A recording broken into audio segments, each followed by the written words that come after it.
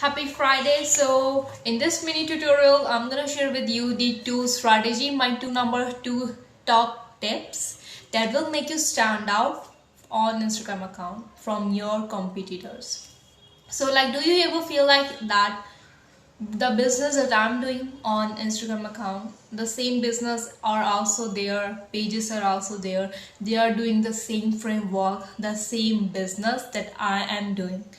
There's nothing different. Like, how do I make myself stand out? What I will do I increase my price, do I decrease my price, do I make my products cheap, my services, or people will come to me, the clients will come to me, and or what I will exactly do.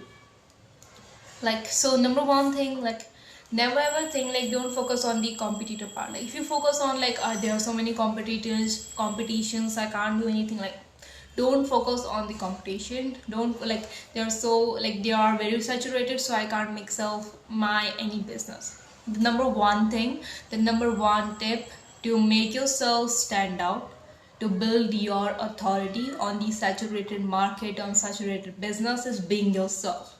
Have you, like, maybe you have heard this being yourself word before also, but what I exactly mean is, every individual has a different story. We all have a different story, so share that